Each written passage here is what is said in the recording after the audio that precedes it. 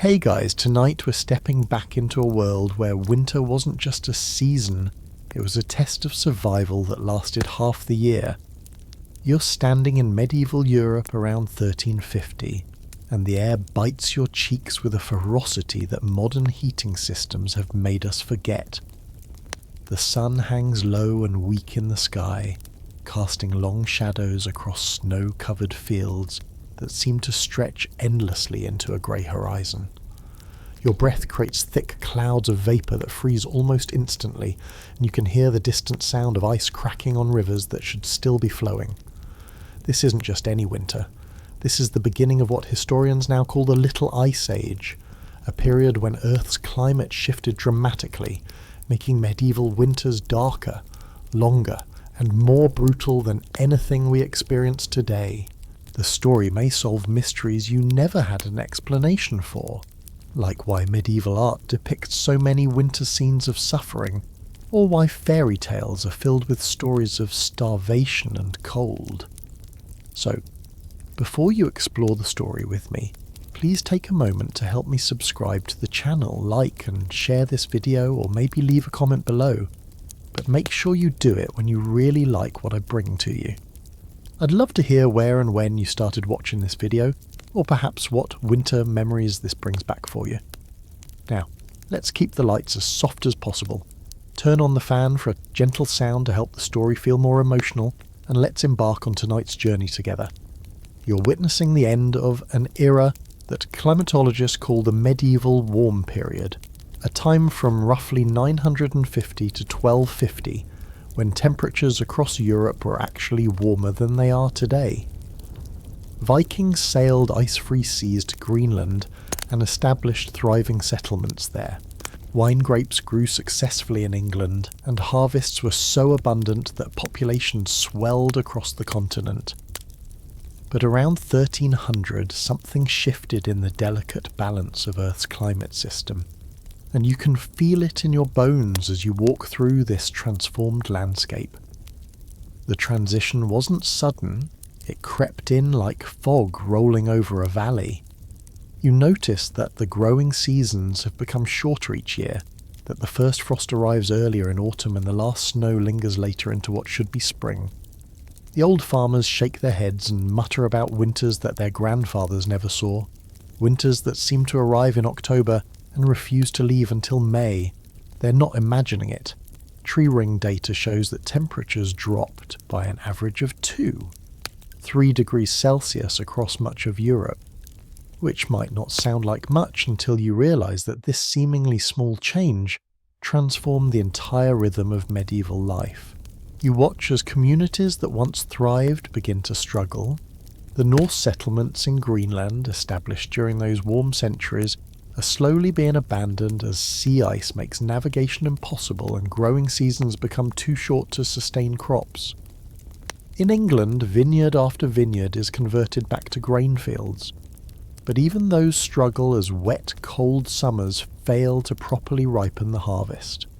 The demographic boom of the High Middle Ages is grinding to a halt as populations face their first serious climate challenge in centuries. What makes this period particularly fascinating is how it coincided with other historical catastrophes that you might recognise. The Great Famine of 1315 to 1322, which killed millions across Europe, wasn't just caused by bad weather. It was the direct result of this climate shift making agriculture increasingly unreliable. The Black Death that followed in the 1340s found populations already weakened by decades of nutritional stress and climate-related hardship.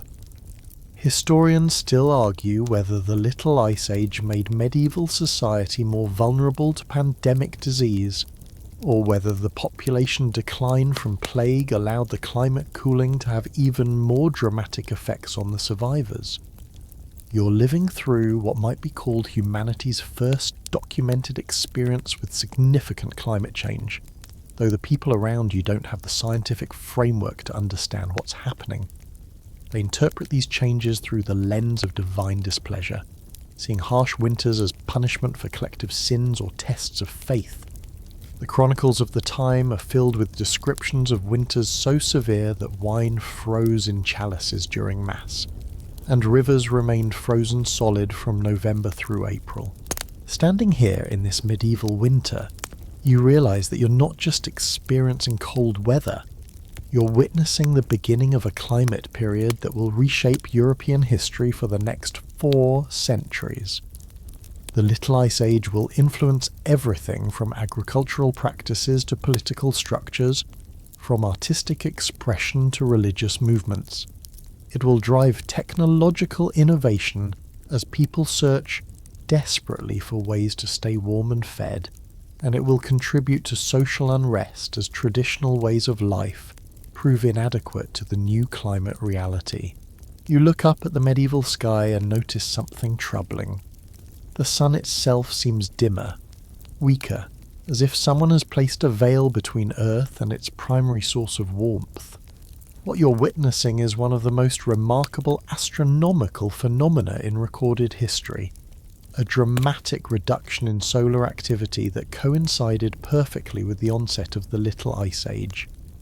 The star that governs all life on Earth has entered what scientists now call the Spora Minimum, a period lasting from roughly 1460 to 1550, when the sun produced significantly fewer sunspots and consequently less energy.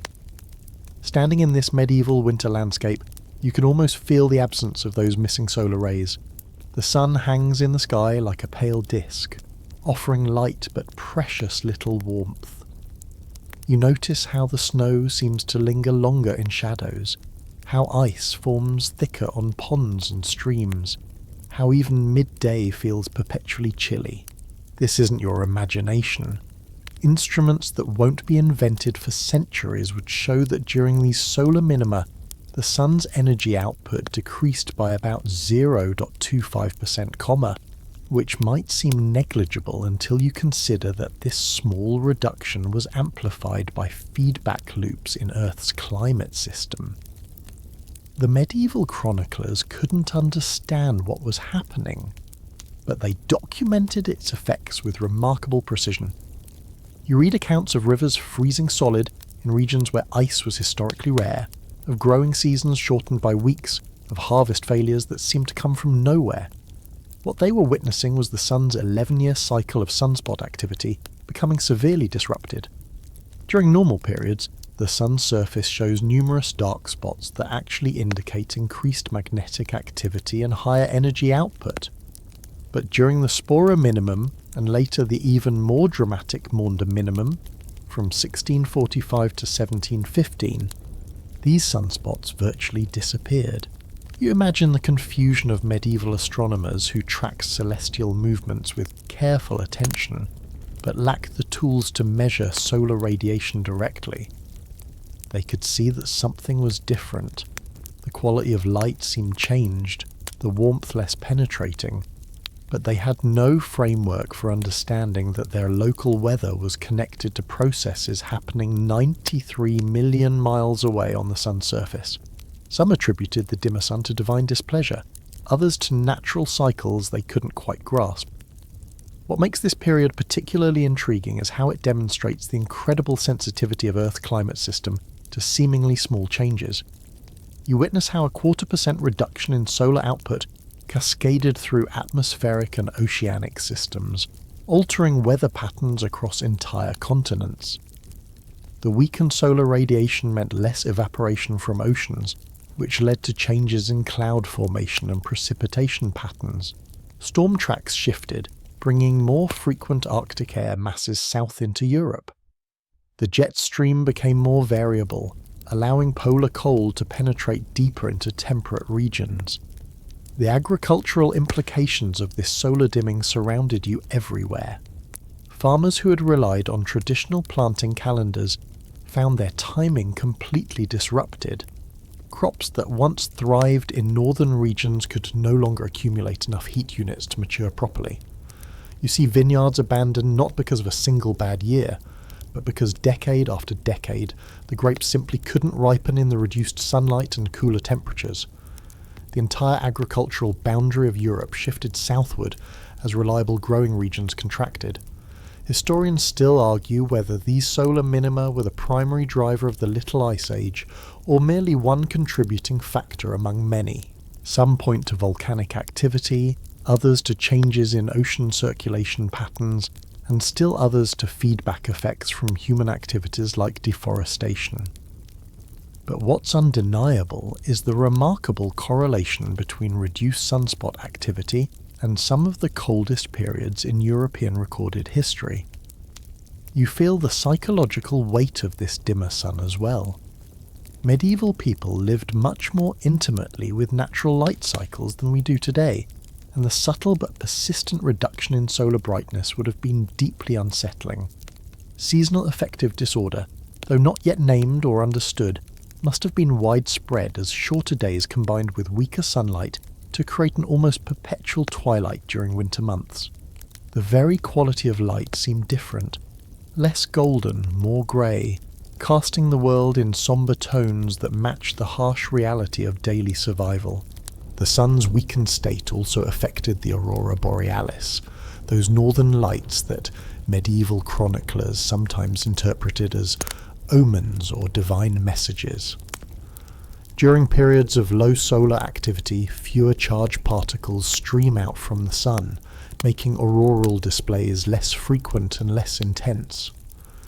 You notice that the night sky seems somehow emptier, less dynamic, as if the heavens themselves have grown quiet and withdrawn.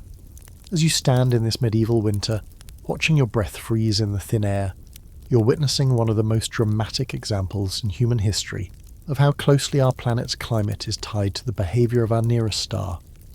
The sun that seems so constant and reliable in modern times was during these centuries demonstrating its variability in ways that would reshape European civilization. The Little Ice Age wasn't just about Earth getting colder, it was about the sun itself providing less energy to sustain the warmth that medieval society had come to depend upon. You stand in the medieval countryside in the year 1815. Wait, that's not quite right. Let me take you back to 1257, when you witness the sky itself turning against the earth in ways that medieval minds could never have imagined. Above you, the heavens are taking on an ominous yellowish hue, and particles of ash drift down like grey snow, even though no local fires burn anywhere on the horizon. What you're experiencing is the aftermath of one of the most powerful volcanic eruptions in recorded history, though you won't know for centuries that the culprit was Mount Semalas in Indonesia, nearly halfway around the world from where you shiver.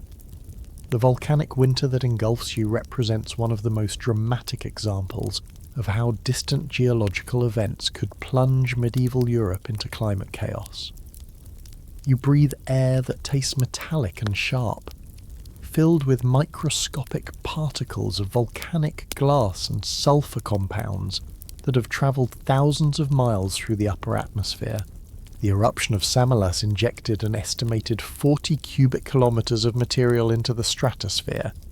Imagine a mountain the size of Mount Fuji simply vaporised and scattered across the globe's upper atmosphere, forming a reflective veil that blocks incoming solar radiation. You notice that even at midday, the sun appears as a dim red disk, like looking at it through several layers of gauze.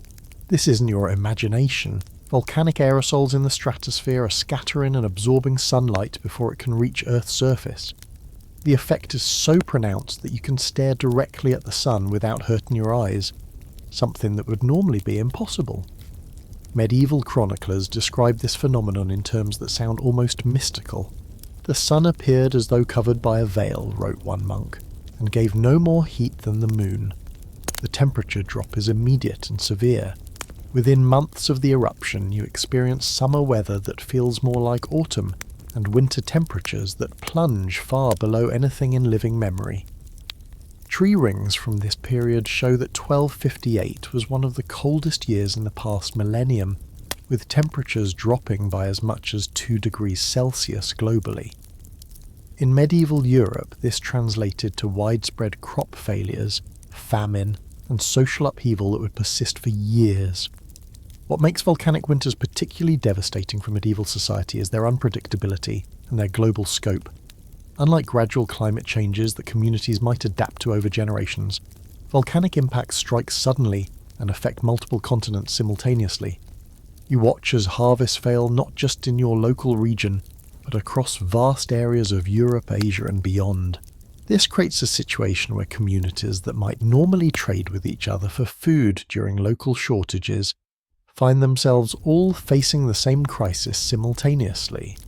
The 1257 Somalis eruption wasn't the only volcanic catastrophe to strike during the medieval period. You also endure the effects of the 1452 Kauai eruption in Vanuatu, which created another global cooling event just as Europe was beginning to recover from earlier climate shocks.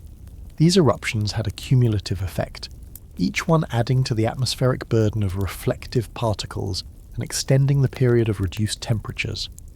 Historians still argue whether these volcanic events triggered the Little Ice Age, or simply made an already cooling climate even more severe. The psychological impact of volcanic winters on medieval populations was profound. You live in a world where the natural order seems fundamentally disrupted, where summer brings frost, where the sun shines but provides no warmth, where the sky takes on colours that have no names in your vocabulary. Medieval chroniclers struggled to describe what they were witnessing, often resorting to apocalyptic language borrowed from biblical texts. "The sun became as sackcloth," wrote one observer, echoing Revelation, "and the moon became as blood." You experience firsthand how volcanic ash affects not just temperature, but the entire hydrological cycle. The particles in the atmosphere serve as condensation nuclei, altering cloud formation patterns and precipitation.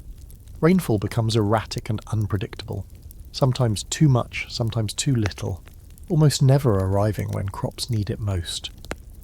Rivers flood unexpectedly as altered weather patterns bring intense storms, then dry to trickles as changed atmospheric conditions disrupt normal seasonal patterns. The agricultural devastation surrounding you is almost beyond comprehension. Crops that survive the initial cold shock often succumb to fungal diseases that thrive in the cool, damp conditions created by volcanic climate disruption. You watch as grain stores that should last through winter are consumed by autumn, leaving communities facing months of hunger before the next growing season, if conditions improve enough to allow successful planting. One of the most fascinating aspects of volcanic winters is how they create spectacular sunsets and sunrises that medieval people interpreted as omens. The same particles that block daytime heating create brilliant red and orange displays at dawn and dusk, as sunlight scatters through the volcanic haze. You witness sunsets so vivid they seem almost supernatural, painted across the sky in shades that artists will struggle to capture.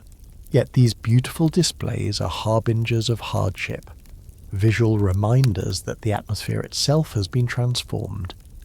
The interconnected nature of medieval volcanic impacts becomes clear as you observe how climate disruption triggers cascading social effects. Failed harvests lead to increased food prices, which strain social relationships and contribute to political instability.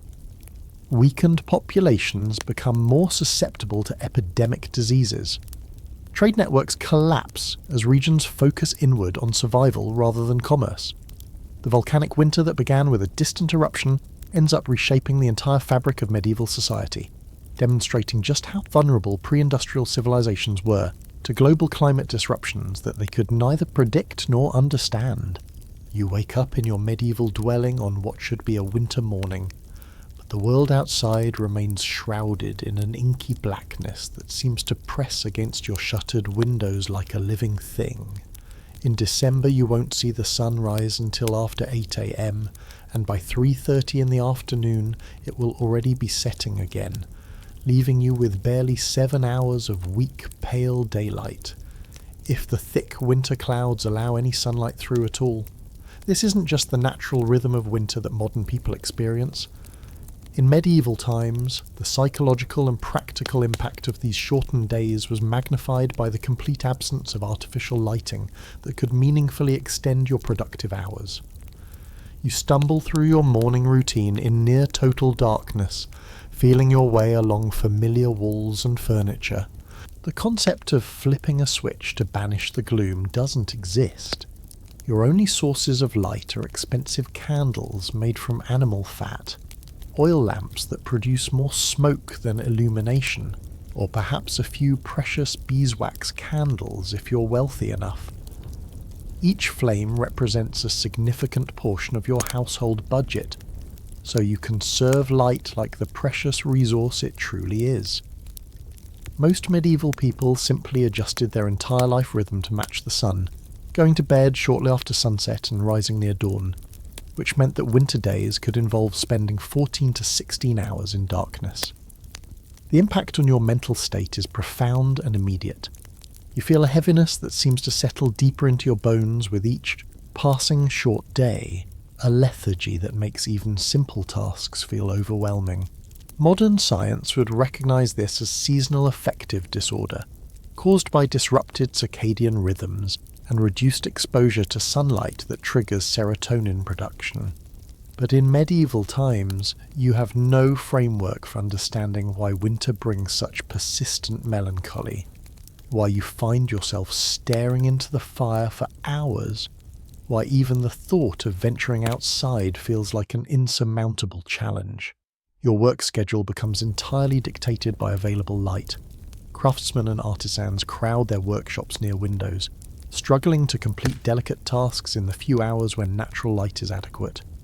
You watch blacksmiths work by the glow of their forges, their faces illuminated in flickering orange light that creates dancing shadows on workshop walls.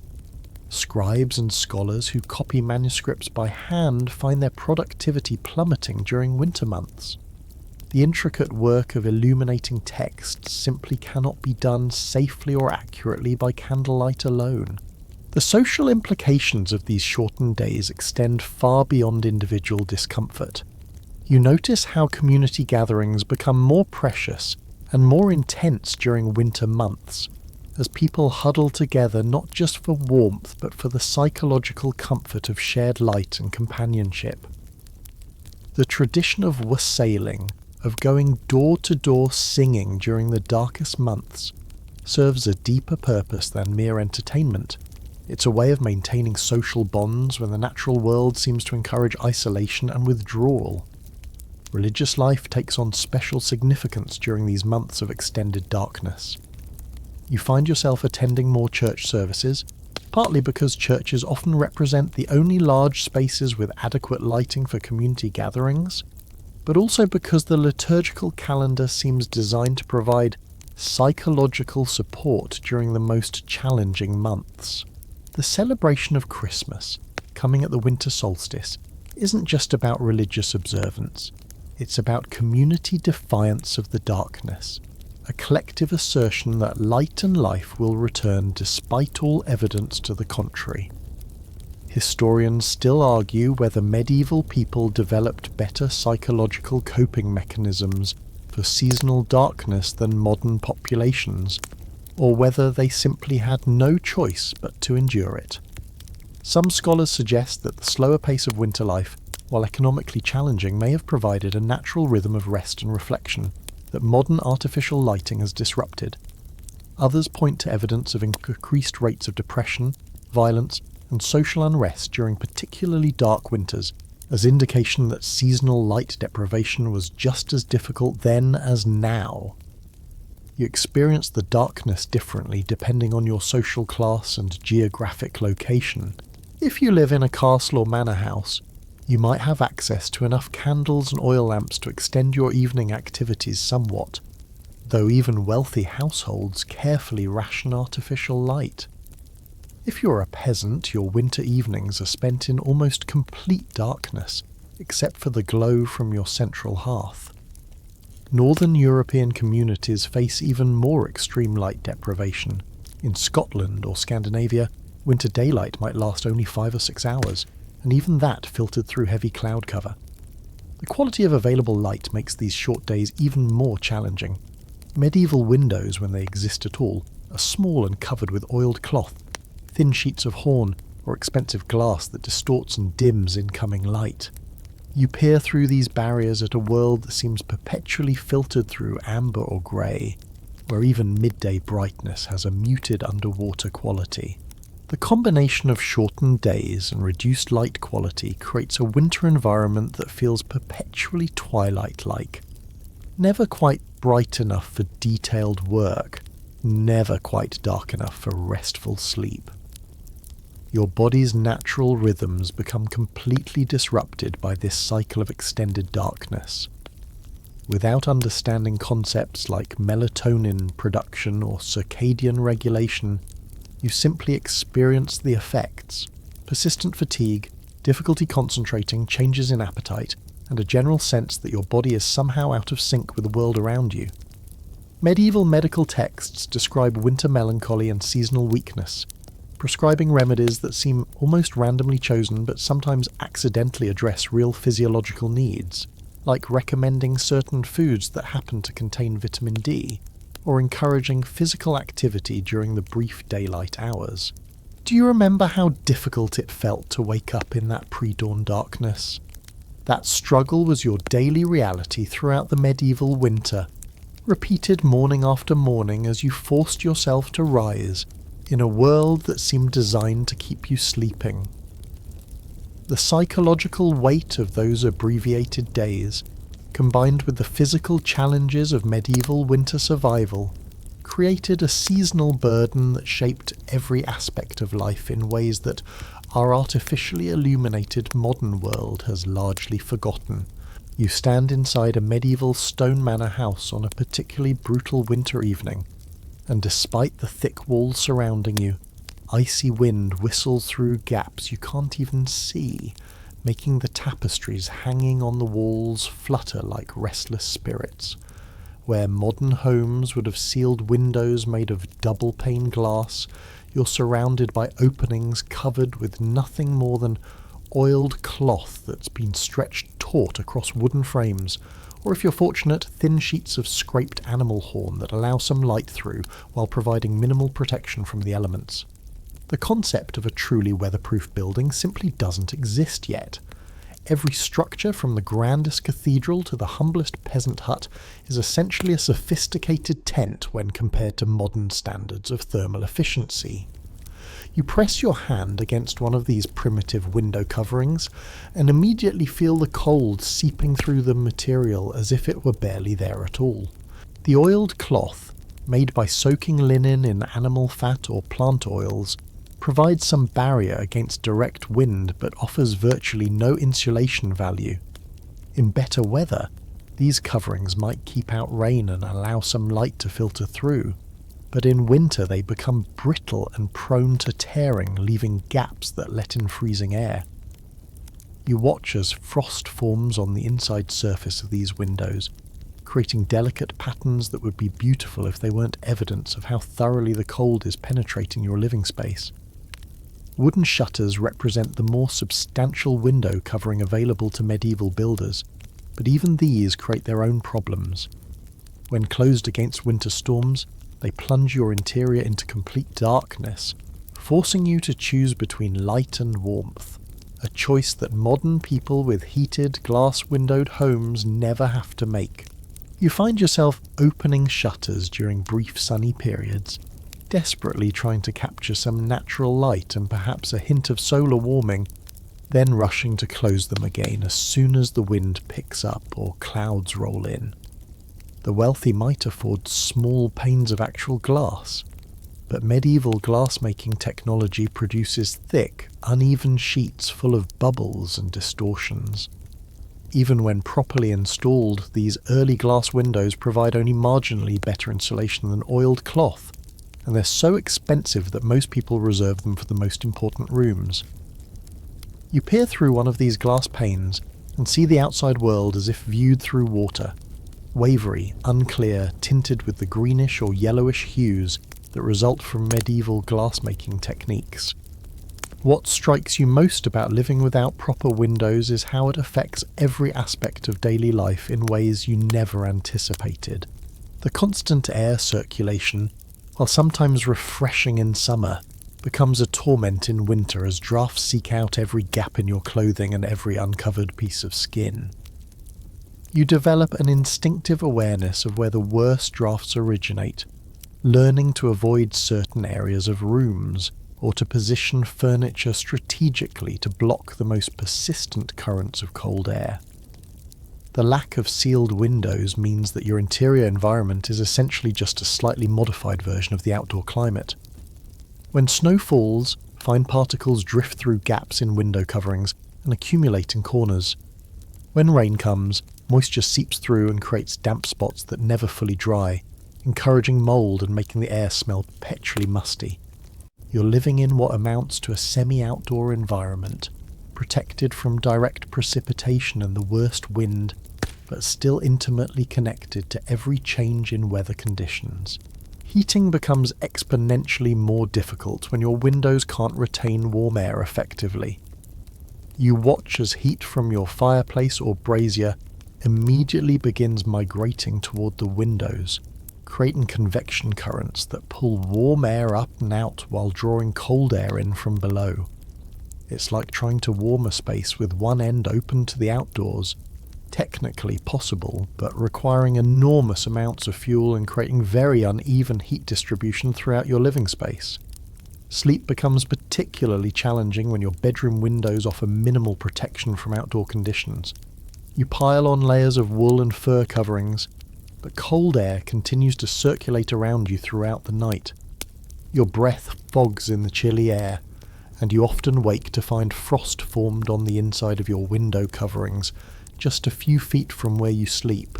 The line between indoor and outdoor temperature becomes increasingly blurred, with interior spaces perhaps 10-15 degrees warmer than outside conditions rather than the 40 CBE, 50-degree differential that modern heating and insulation can achieve. Historians still argue whether medieval people perceived their homes as inadequately sealed or whether their expectations were simply different from modern standards. Some evidence suggests that people preferred more air circulation to prevent the build-up of smoke and odours from cooking and heating fires, making sealed windows less desirable even if the technology had been available. Others point to the significant resources devoted to tapestries, carpets, and bed curtains as evidence that people were constantly fighting drafts and seeking ways to create more controlled microclimates within their homes. The psychological impact of living in these semi-outdoor conditions during winter months was profound. You never fully escape the weather. You're always aware of wind direction, always conscious of temperature changes, always adjusting your behaviour based on conditions that people in modern heated, sealed homes barely notice.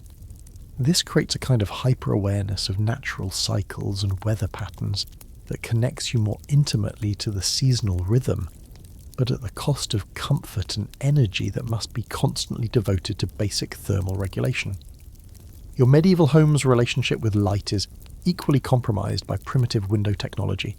Even during the brief winter daylight hours, thick, oiled cloth and distorted glass filter out significant amounts of illumination, leaving interior spaces in a perpetual twilight that strains your eyes and contributes to the general gloom of winter months. You find yourself constantly moving closer to windows for tasks requiring detailed vision, huddling in the small pools of dim light that manage to penetrate your inadequate window coverings. You crouch beside the central hearth in a medieval great hall, trying to position yourself within the narrow zone where you can actually feel warmth from the fire, but the massive stone walls around you seem to absorb heat like hungry giants, leaving most of the cavernous space as cold as the winter air outside. This open fire pit in the centre of the room represents the pinnacle of medieval heating technology for most of the period, a system so inefficient that you can literally see your breath just a few feet away from flames hot enough to roast an entire pig. The smoke rises toward a hole in the roof high above, though much of it lingers at eye level, making your eyes water and giving everything in the wall a persistent haze that smells of burning wood mixed with whatever else has been thrown onto the fire for fuel. The physics of medieval heating work against comfort in almost every way imaginable. You watch as most of the heat from your fire travels straight up and out through the roof opening, carrying with it the energy that could have warmed your living space. What little heat radiates outward gets absorbed by thick stone walls, massive wooden beams and earthen floors that act like thermal sinks, storing cold from the winter ground and releasing it slowly into your interior spaces. The result is that you can be simultaneously too hot on the side facing the fire and too cold on your back, creating a constant need to rotate like a piece of meat on a spit just to achieve some semblance of even warmth. If you're wealthy enough to live in a castle or manor house, you might have multiple fireplaces built into the walls, but even these represent only marginal improvements over central hearths. The massive masonry chimneys, while they do direct smoke outside more effectively, also create powerful drafts that suck warm air out of your rooms and pull cold air in through every crack and gap in the building. You stand before one of these wall fireplaces and feel the heat on your face, but the stone chimney behind the fire absorbs enormous amounts of thermal energy that simply disappears into the thick walls rather than warming your living space. For the vast majority of medieval people, the peasants and craftspeople who make up over 90% of the population, heating options are even more primitive and desperate. You huddle in a one-room cottage where the central fire serves multiple purposes: cooking, light, warmth, and often as the primary gathering place for the entire family. The fuel for this fire is whatever you can gather or afford. Wood if you're fortunate enough to live near forests and have cutting rights, but more often a mixture of peat, dried animal dung, crop stubble, and even bones when nothing else is available. The smell of burning dung becomes one of the defining sensory experiences of medieval winter, a thick, acrid odour that clings to your clothes and hair and seems to penetrate every fabric in your home. Cow dung, sheep droppings and horse manure, dried throughout the summer and carefully stored, burn with a low, smoky flame that produces less heat than wood, but lasts longer and costs nothing but the labour of gathering and drying. You learn to judge the quality of different types of dried excrement the way modern people might evaluate different grades of coal. Horse dung burns cleaner but is harder to obtain. Cow dung smoulders longer but produces more smoke. What makes medieval heating particularly challenging is the complete absence of any system for distributing warmth throughout a building. You exist in a world of microclimates within your own home, where the area immediately around the fire might reach tolerable temperatures, while corners of the same room remain barely above freezing. You develop strategies for survival that would seem bizarre to modern people, wearing multiple layers of clothing indoors, sleeping with heated stones or coals in metal containers, huddling together with family members and even livestock to share body heat. The hypocaust systems that Romans had developed centuries earlier, networks of underground chambers and wall passages that distributed heat from central furnaces, had been largely abandoned by medieval times, either because the knowledge had been lost or because the complex maintenance they required was beyond the capabilities of medieval builders. Instead, you're left with heating technology that's essentially unchanged since the Stone Age. Open fires that waste most of their energy and fill your living spaces with smoke and dangerous gases. Braziers and small portable heating devices offer some flexibility in directing warmth where it's needed most, but they come with their own hazards. You carry glowing coals in metal containers from room to room, always aware that one careless moment would set fire to your wooden furniture, straw bedding, or wool clothing. Carbon monoxide poisoning, though not understood in medical terms, kills families who seal their rooms too tightly around burning fuel, leading to mysterious winter deaths that medieval people attribute to various supernatural causes. Historians still argue whether medieval people developed better tolerance for cold temperatures than modern populations, or whether they simply had no choice but to endure conditions that would be considered unbearable today.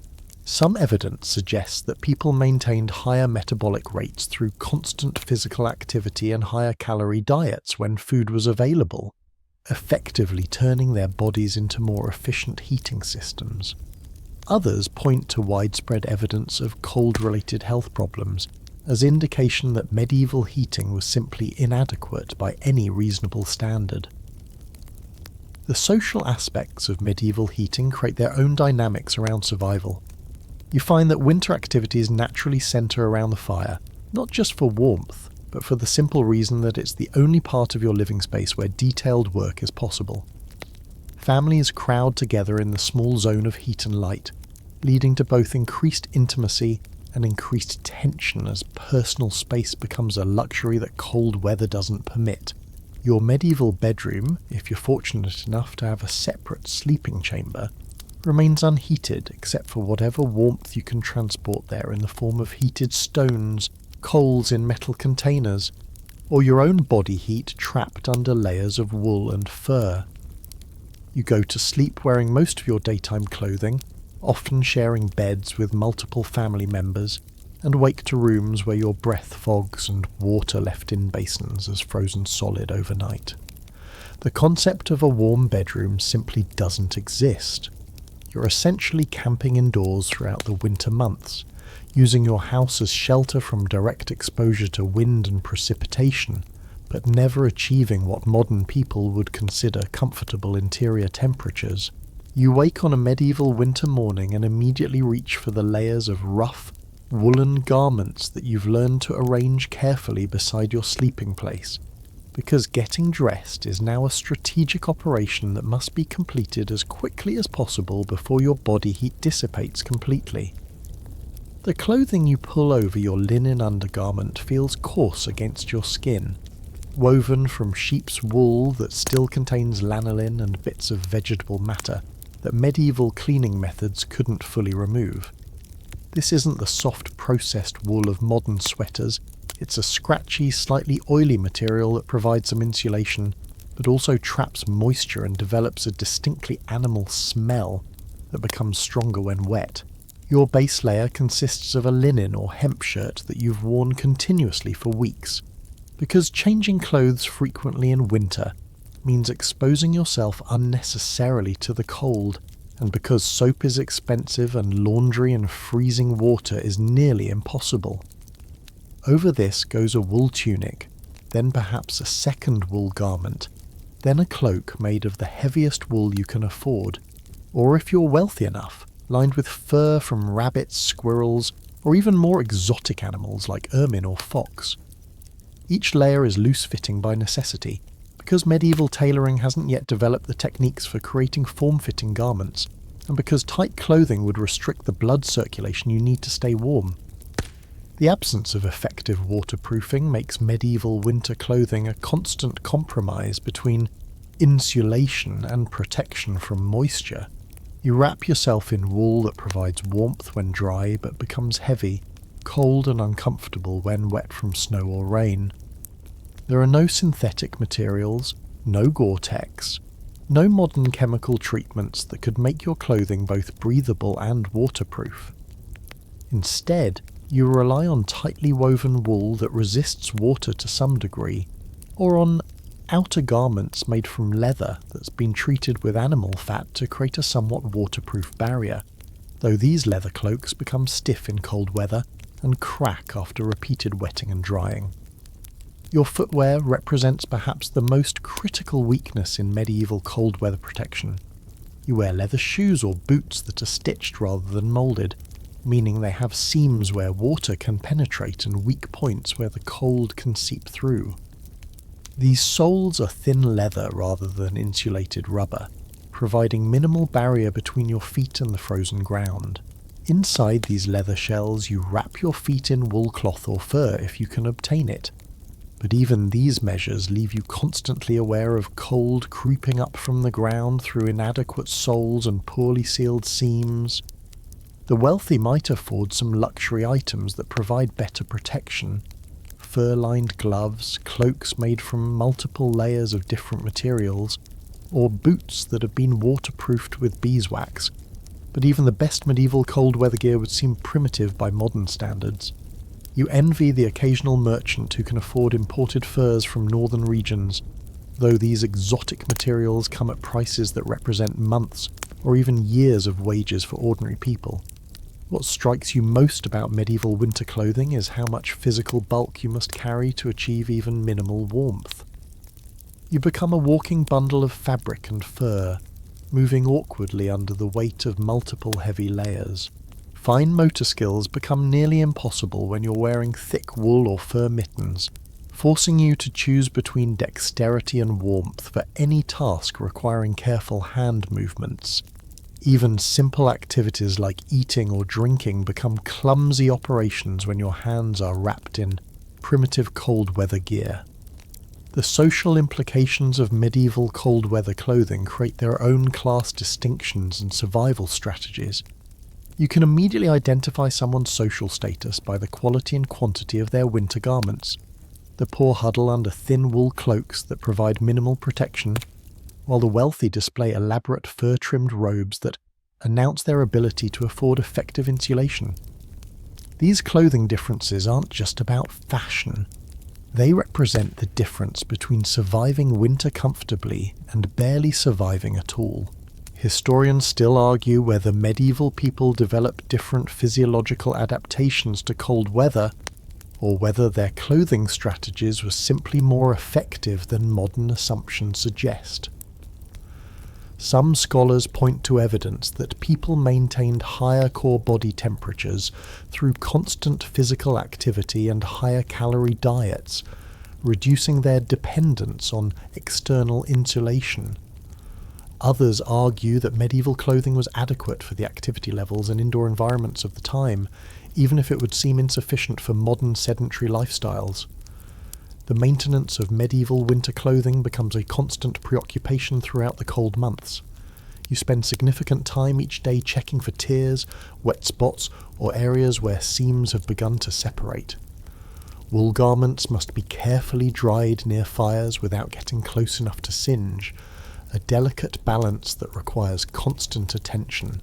Leather items need regular treatment with animal fats to maintain their water resistance, and fur-lined garments must be protected from insects and vermin that see them as food sources. Your medieval wardrobe lacks the specialized garments that modern people take for granted. No thermal underwear with moisture-wicking properties, no insulated snow pants, no waterproof outer shells with sealed seams. Instead, you make do with variations on the same basic components: linen next to skin, wool for insulation, leather for outer protection, and fur when available for maximum warmth. The result is a clothing system that works adequately under some conditions, but fails completely under others, leaving you vulnerable to hypothermia, frostbite, and cold-related illnesses that modern gear could easily prevent. Do you remember how that scratchy wool felt against your skin when you first put it on? That sensation becomes your constant companion throughout the medieval winter, a reminder that comfort and warmth come at the cost of physical irritation and restricted movement. The clothing that keeps you alive also makes you uncomfortable, creating a daily negotiation between survival and quality of life that defines the medieval winter experience. You learn to judge weather conditions not just by temperature, but by your clothing's ability to handle specific combinations of cold, wind, and moisture. Knowledge that could mean the difference between making it safely home or becoming another winter casualty in a world where adequate protection from the elements remains an expensive luxury rather than a basic necessity. You sit at your wooden table in early February, staring at the meagre remains of what was once your family's food stores for the winter, and the gnawing sensation in your stomach reminds you that you're entering what medieval people called the Hunger Gap, those desperate weeks before the first spring greens emerge, when preserved food runs dangerously low and fresh supplies simply don't exist. Your storage cellar, which seemed adequately stocked in November, now contains only a few handfuls of grain, some questionable salt pork that's developed an alarming smell, and root vegetables that have begun to sprout or rot despite your careful efforts to keep them cool and dry throughout the long winter months. The art of food preservation in medieval times was a constant gamble against time, temperature, and the microorganisms that nobody yet understood but everyone feared. You spent the autumn months frantically salting meat, smoking fish, drying vegetables, and storing grains in wooden containers or clay pots. But each preservation method came with its own risks and limitations. Salt, expensive and sometimes difficult to obtain, had to be used sparingly. meaning that your preserved pork and beef gradually developed the strong gamey flavours that indicated the early stages of decomposition. Smoked meats lasted longer, but required constant fuel for the smoking fires and careful monitoring to prevent over-drying or under-processing that could make them dangerous to eat. Your grain stores present their own challenges as winter progresses. The wheat, barley and oats that seem perfectly dry when harvested have absorbed moisture from the winter air, creating conditions perfect for mould growth and insect infestation. You pick through your remaining flour carefully, removing weevils and their larvae, grinding mouldy sections and hoping that cooking will neutralize whatever toxins might be developing. Medieval people had no understanding of mycotoxins or food poisoning in scientific terms, but they knew through bitter experience that certain types of spoiled grain could cause illness, hallucinations, or death. The vegetables you stored with such care in your root cellar tell their own story of preservation failure. Turnips that look perfect in October now have soft spots and an unpleasant fermented smell. Onions that were supposed to last through winter have begun sprouting green shoots that consume the bulb's stored energy. Apples that you carefully wrapped and separated to prevent one bad fruit from spoiling the others have nonetheless developed brown spots and mushy textures that make them barely edible. You find yourself eating around the spoiled sections, taking calculated risks with food that's clearly past its prime because the alternative is having nothing to eat at all. The social dynamics of winter food scarcity create complex relationships within medieval communities. You know which of your neighbours still have adequate food stores and which are facing the same desperate situation as your family, but the protocols around sharing or trading food require careful navigation. Asking for help too early in the winter might label you as improvident, but waiting too long might mean that even your better prepared neighbours have nothing left to spare. Medieval communities developed elaborate systems of mutual obligation and reciprocal assistance, but these systems were constantly strained by the reality that some winters were simply too harsh or too long for everyone to survive comfortably. Hunting and foraging opportunities in winter provide occasional supplements to your dwindling stores, but these activities require energy expenditure that your undernourished body can barely afford. You venture into snow-covered forests looking for bark that can be ground into flour, roots that might still be edible, or small game that's desperate enough to be caught by primitive traps. Medieval people knew which tree barks were nutritionally valuable. Birch bark could be dried and powdered to extend bread flour, and pine needles could be steeped to make a tea that prevented scurvy. But these survival foods provided calories and nutrients at the cost of palatability and digestive comfort. The psychological impact of watching your food stores dwindle creates a constant undercurrent of anxiety that colours every aspect of winter life. You find yourself calculating and recalculating how many days your remaining food might last, adjusting portion sizes downward as supplies diminish, and making difficult decisions about whether to eat more today or save food for tomorrow's uncertain needs. Medieval account books and household records show evidence of this constant food management, with detailed inventories of remaining stores and careful calculations of daily rations needed to survive until spring. Historians still argue whether medieval people were generally undernourished during winter months, or whether periodic food shortages were balanced by periods of adequate nutrition during harvest season. Some evidence suggests that medieval diets, when food was available, were actually quite nutritious and calorie-dense, with high consumption of meat, dairy and whole grains that provided excellent nutrition for those who could access them. Others point to skeletal evidence showing signs of seasonal malnutrition and vitamin deficiencies that indicate regular periods of inadequate food intake. The experience of medieval winter hunger was qualitatively different from modern understandings of food insecurity, because it was seasonal, predictable, and largely unavoidable regardless of social class.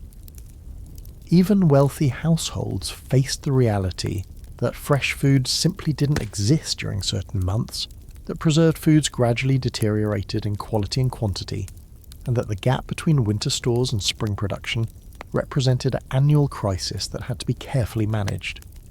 You learn to appreciate foods that modern people might find unpalatable. Turnips that have been stored too long, bread made from mixed grains and bark flour, meat that's been preserved so heavily with salt that it requires soaking before cooking. Your medieval body adapts to this cycle of scarcity and abundance in ways that modern people might find surprising. You become more sensitive to flavours and textures, more appreciative of simple foods, more aware of the nutritional content of everything you consume. The return of fresh spring greens after months of preserved foods becomes not just a dietary change, but an emotional celebration, a signal that you've successfully survived another winter and can begin rebuilding your strength and your food stores for the cycle to come. Do you remember that desperate feeling of calculating whether you had enough food to last until spring?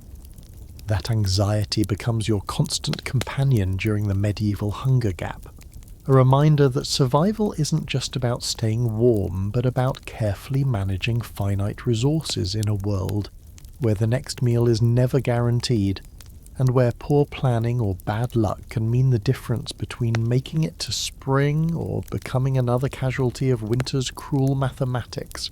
You stand at the edge of what was once a familiar river crossing, but the flowing water that allowed merchants, pilgrims, and ordinary travellers to ford safely just months ago has been transformed into a solid barrier of ice, thick enough to support the weight of a loaded wagon, if you're brave enough to trust it with your life. The medieval transportation network that connected villages, towns, and cities across Europe was never reliable under the best of conditions, but winter turned these already challenging routes into obstacle courses that could trap travellers for days or weeks, isolate entire communities, and transform a simple journey between neighbouring settlements into a life-threatening expedition. The rivers that served as summer highways for medieval commerce become impassable barriers when frozen solid. You watch as ice several feet thick blocks the waterways that normally carry grain barges, salt shipments, and other essential trade goods to inland communities. Even when the ice appears solid enough to cross on foot, the risk of breaking through into freezing water below makes river crossings a calculated gamble that claims lives regularly throughout the winter months. Medieval chronicles record numerous accounts of travellers, entire merchant caravans, and even military units disappearing through ice that seemed perfectly safe from the surface. Your experience with medieval roads in winter reveals transportation infrastructure that was marginal even in good weather, and becomes nearly unusable when subjected to freeze-thaw cycles, snow accumulation, and the complete absence of organised maintenance. The Roman road system, where it still existed, provided somewhat better surfaces than the muddy tracks that connected most medieval settlements. But even these ancient highways became treacherous when ice formed in ruts and potholes, creating surfaces so slippery that horses couldn't maintain their footing and wheeled vehicles became impossible to control. The primitive state of medieval bridges means that many river crossings simply become inaccessible during winter months. Stone bridges were expensive and rare, found only in the wealthiest cities or at the most crucial crossing points. Most river crossings depended on wooden bridges that were regularly damaged by winter storms, ice flows and flooding, or on ferry services that ceased operations when rivers froze or became too dangerous to navigate. You find yourself forced to make enormous detours around rivers that you could cross easily in summer, adding days or weeks to journeys that were already measured in slow, difficult progress. The impact on your horse or ox, if you're fortunate enough to own draft animals, becomes a constant concern as these creatures struggle with icy surfaces, inadequate forage, and the physical stress of pulling loads through snow and mud. Medieval horseshoes provided some traction on hard surfaces, but they became treacherously slippery on ice, and the technique of adding studs or cleats for winter conditions hadn't been developed. You watch your animals pick their way carefully across frozen ground, knowing that a fall could injure them so severely that your entire livelihood might be lost. Wheeled transportation virtually ceases during the worst winter conditions, as wooden wheels with iron rims provide no traction on ice and snow, and the deep ruts created by autumn traffic become frozen into obstacles that can break axles or trap vehicles completely. Medieval carts and wagons were designed for relatively smooth, dry surfaces, and winter conditions exceeded their engineering capabilities entirely. You learned to depend more heavily on pack animals during winter months, loading supplies onto horses, mules, or your own back, rather than attempting to use wheeled vehicles that become more liability than asset. The social isolation created by winter transportation difficulties affects entire communities in ways that modern people can barely imagine. Villages that maintained regular contact during summer months become completely cut off from each other for weeks at a time, unable to share resources, communicate important information, or provide mutual assistance during emergencies. You experience a kind of forced hibernation, where your community turns inward, depending entirely on whatever resources and knowledge exist locally, rather than being able to draw on the broader networks that sustain medieval life during more favourable seasons. Trade networks that form the backbone of medieval economic life become severely constrained during winter months, leading to shortages of imported goods and dramatic price increases for items that are available. Salt, essential for food preservation, becomes scarce and expensive when the roads from coastal production areas become impassable. Iron tools and weapons from specialised manufacturing centres can't reach communities that depend on them. Even basic necessities like certain types of grain or preserved foods become unavailable when the transportation systems that normally distribute them shut down completely. Historians still argue whether medieval communities were generally self-sufficient enough to survive winter isolation, or whether transportation disruptions regularly created life-threatening shortages of essential goods. Some evidence suggests that successful medieval settlements were carefully planned to ensure adequate local resources for surviving winter without external support, while other communities appear to have been chronically vulnerable to supply disruptions that could create famine conditions even when food was plentiful in neighbouring regions. Your experience as a medieval traveller forced to journey during winter months becomes an exercise in survival skills that have little to do with normal transportation. You learn to read ice conditions on rivers, to judge whether snow cover is hiding dangerous obstacles, to find shelter when unexpected storms make progress impossible. Medieval travellers developed elaborate networks of hospitality and mutual assistance, understanding that anyone might need emergency shelter or aid when weather conditions deteriorated suddenly. The military implications of winter transportation disruptions shaped medieval warfare and politics in profound ways. Armies couldn't be supplied or reinforced during winter months, making the timing of conflicts dependent on seasonal transportation capabilities. Castles and fortified positions became even more strategically important when winter isolation made it impossible to provide rapid assistance to threatened locations. You understand that medieval military campaigns were planned around transportation limitations that made winter warfare extremely difficult, and supply-dependent operations nearly impossible. Do you remember that moment of standing at the frozen river calculating whether the ice was thick enough to risk crossing? That calculation becomes a metaphor for medieval winter transportation. Every journey requires weighing known risks against uncertain alternatives. Every route demands backup plans for when conditions become impassable, and every trip reminds you that the infrastructure connecting your world together is far more fragile than it appears during the easy, travelling months of spring and summer. You wake up on a bitter medieval morning to find that your hands have developed the telltale red, swollen patches that you've learned to fear. Chilblains, the painful inflammation that occurs when your extremities are repeatedly exposed to cold and then warmed too quickly by the fire. The burning, itching sensation makes it difficult to perform even simple tasks like breaking your fast or tending to the hearth.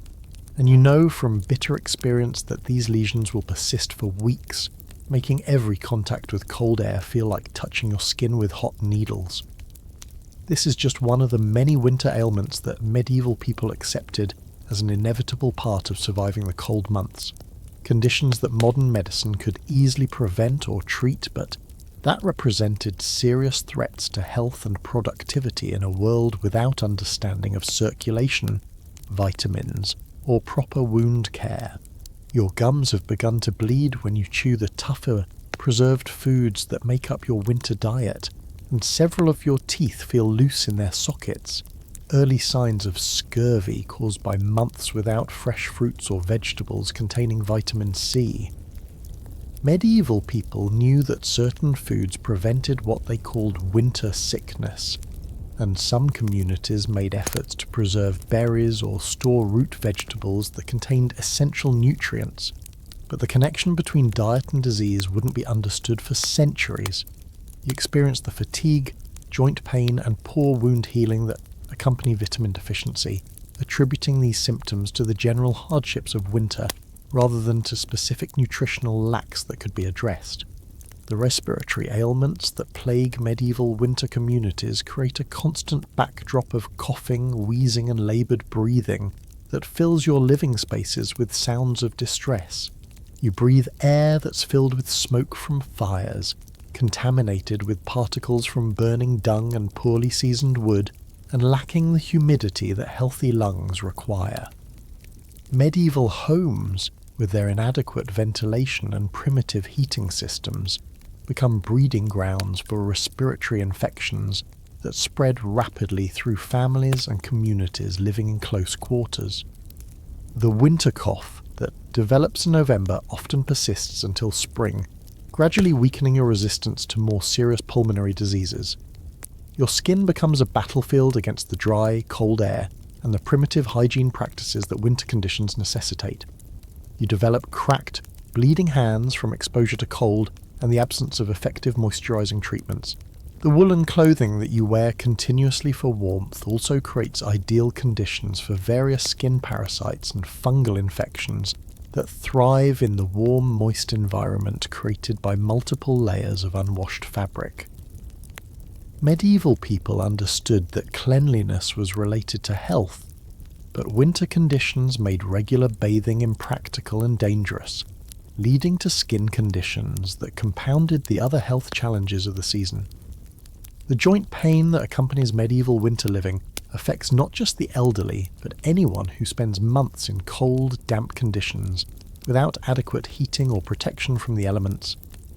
You feel stiffness and aching in your knees, hands and back that makes movement difficult and painful, conditions that medieval medicine attributed to imbalances in bodily humours, but that modern understanding would recognise as responses to chronic cold exposure and vitamin D deficiency from lack of sunlight.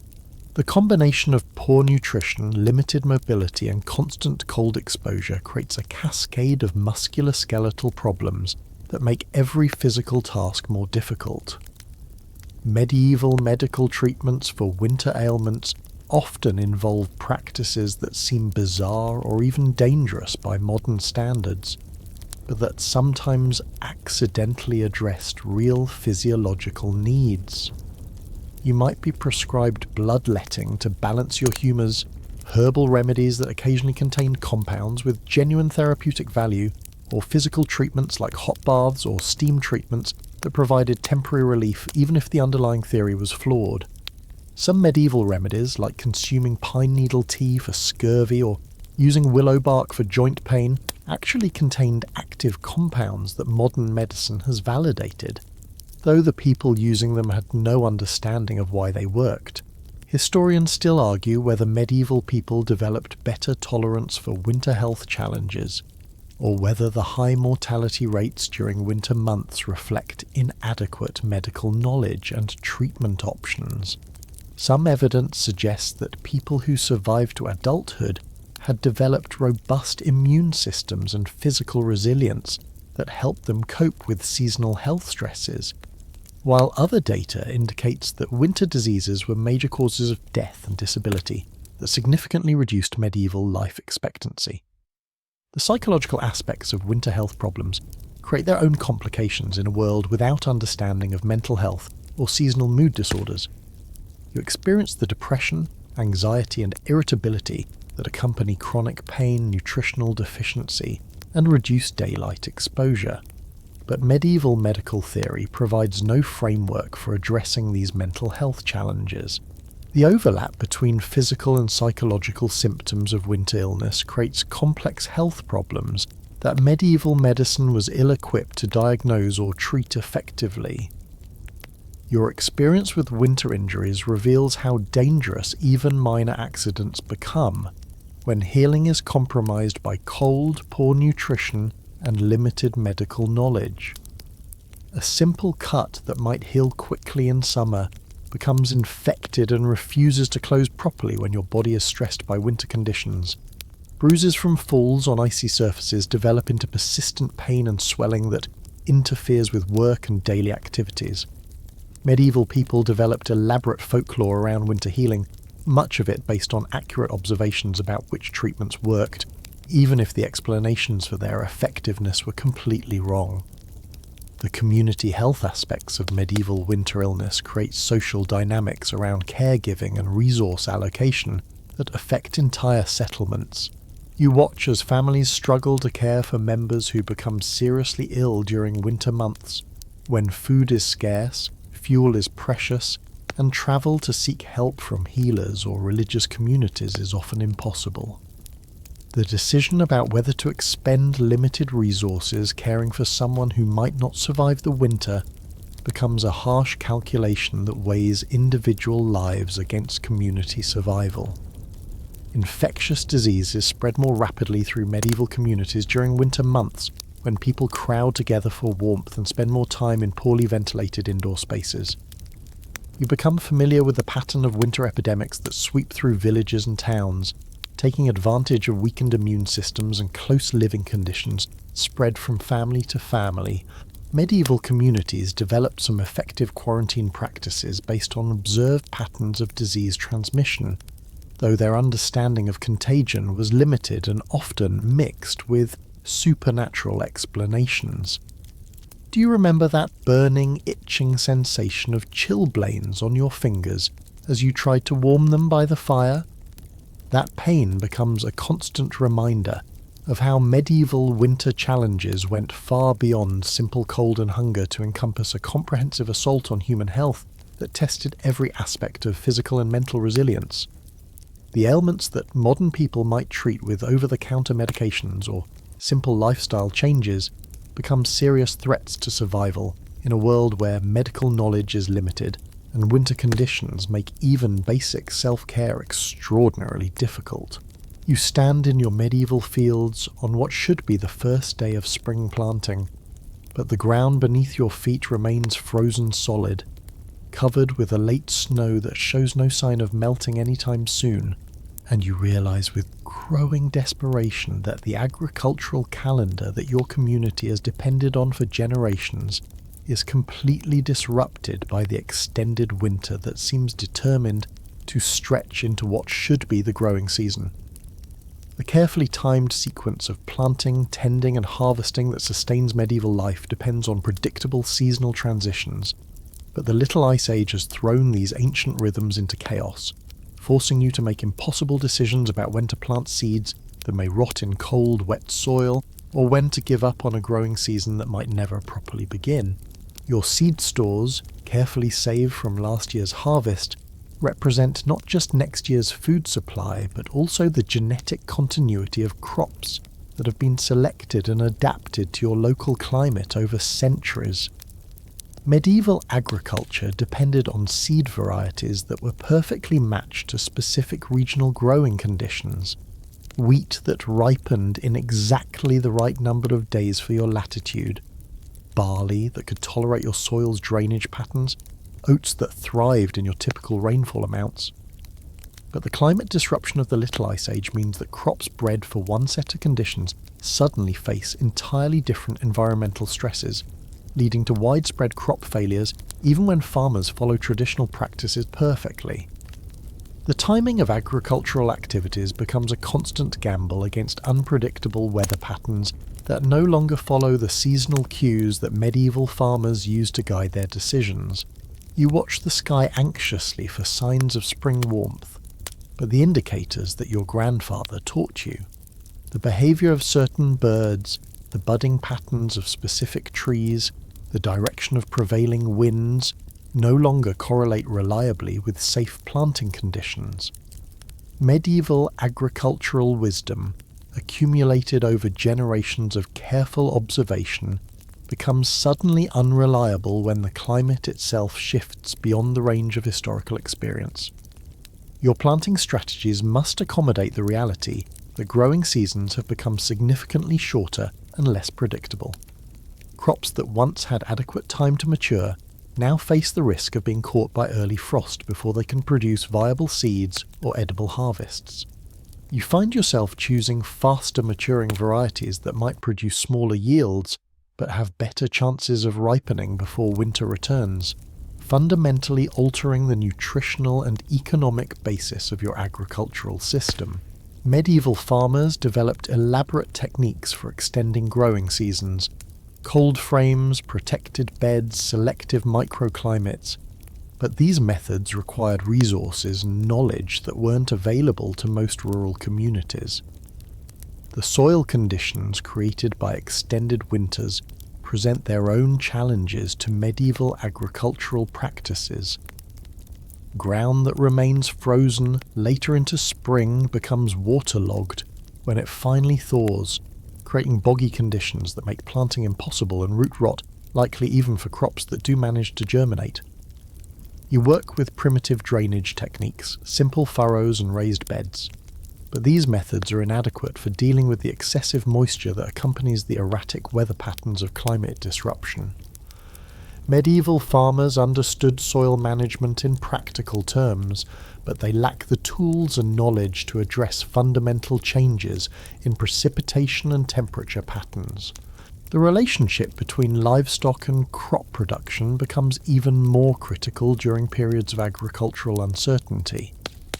Your animals, weakened by harsh winters and inadequate feed, produce less manure for fertilizing fields, creating a downward spiral where poor animal health leads to poor soil fertility, which leads to reduced crop yields, which leads to even less feed for animals.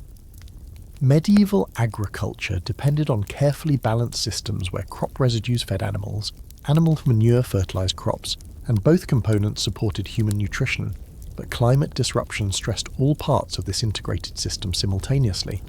Historians still argue whether medieval farming communities were able to adapt successfully to Little Ice Age conditions, or whether agricultural disruption was a major factor in the social and economic changes of the late medieval period.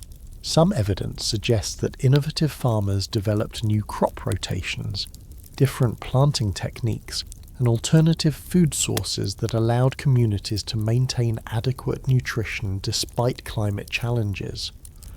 Other data indicates that repeated harvest failures created chronic food insecurity that contributed to social unrest, population decline, and economic instability across much of Europe. The psychological stress of agricultural uncertainty affects not just individual farmers, but entire communities whose survival depends on successful harvests. You live with constant anxiety about weather conditions, soil moisture, pest pressures, and disease problems that could destroy months of careful work in a matter of days. Medieval farming was always risky, but climate disruption adds layers of unpredictability that make traditional risk management strategies inadequate. Communities develop elaborate religious rituals and social practices around planting and harvesting, seeking supernatural assistance for challenges that seem beyond human control. Your experience with crop failures teaches you harsh lessons about the relationship between climate and civilization that modern people, insulated by global food networks and agricultural technology, rarely need to confront directly. When your local harvest fails, there are no distant regions with surplus crops to make up the difference. no transportation systems capable of moving large quantities of food across long distances, no storage technologies that can preserve perishable foods for extended periods. Medieval agriculture was fundamentally local and seasonal, making communities completely dependent on their ability to adapt farming practices to changing climate conditions. The economic implications of agricultural disruption ripple through every aspect of medieval society. You watch as food prices fluctuate wildly based on harvest outcomes, as traditional trade relationships break down when communities can no longer produce reliable surpluses, as social hierarchies based on land ownership become unstable, when the land itself can no longer support the population it once sustained. Medieval economic systems were built around agricultural predictability, and climate change threatened these systems in ways that created social and political instability, extending far beyond farming communities. Your medieval farming techniques, developed over centuries of trial and error, prove inadequate for dealing with the rapid climate changes of the Little Ice Age. Crop rotation systems that maintained soil fertility under stable conditions become counterproductive when weather patterns change. Seed selection practices that produced reliable yields under predictable conditions fail when temperatures and rainfall amounts shift beyond historical ranges. Water management techniques designed for typical precipitation patterns become useless when rainfall becomes erratic and extreme. Do you remember that moment of standing in your frozen field holding seeds that you weren't sure whether to plant or save for another year? That uncertainty becomes the defining experience of medieval agriculture during the Little Ice Age. A constant struggle to maintain food production systems in the face of climate conditions that make traditional farming wisdom unreliable and force entire communities to gamble their survival on agricultural decisions that have no historical precedent to guide them. You sit by your dying fire on another endless winter evening, listening to the howling wind outside that has been your only companion for 3 weeks since the last neighbour attempted the treacherous journey through snowdrifts that now reach above a man's head, and the silence that surrounds your medieval dwelling is so complete that you can hear your own heartbeat echoing in the stillness. This isolation isn't the comfortable solitude that modern people might choose for relaxation or reflection. It's a forced separation from human contact that stretches for months at a time, turning winter into a test of psychological endurance that challenges your sanity as much as your physical survival. Medieval communities that maintained vibrant social connections during summer months become scattered collections of individual households, each turned inward and struggling alone against the harsh realities of winter survival.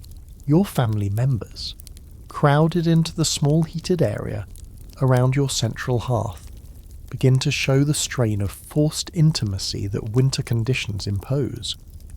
The same people who provided comfort and companionship during the active months of spring, summer, and autumn now become sources of irritation and conflict, as personal space becomes an impossible luxury and privacy disappears entirely. You sleep, eat, work, and spend every waking moment within arm's reach of the same individuals, sharing air that grows stale and tempers that grow short as the walls of your dwelling seem to shrink inward with each passing storm. Medieval families developed elaborate social protocols for managing these close quarters, but even the most carefully structured household relationships become strained when escape from one another becomes impossible.